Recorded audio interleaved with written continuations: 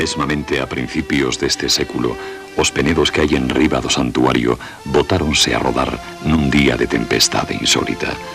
O desprendemento arrasou casas e facendas e cegou as vidas de máis da metade do censo da aldea. E todo quedou sepultado embaixo das augas do Bibei.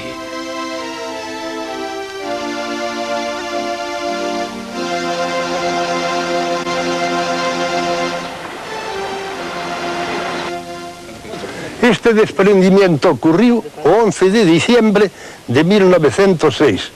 Foi unha corriente de agua subterránea que arrastrou a montaña toda e marcharon casas enteiras que algunhas desfixéronse no río.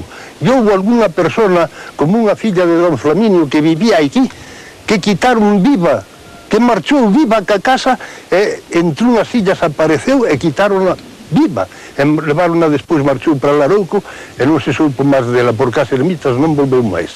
Morreron 37 e marcharon 39 casas.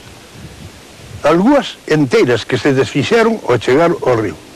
O río cortouse pola avalancha de escombro e de pedras da montaña, cortouse aí e formou aí un embalse grandísimo hasta que a corriente de agua rompeu e arrasou toda a ponte que levou por aí abaixo desfeita completamente.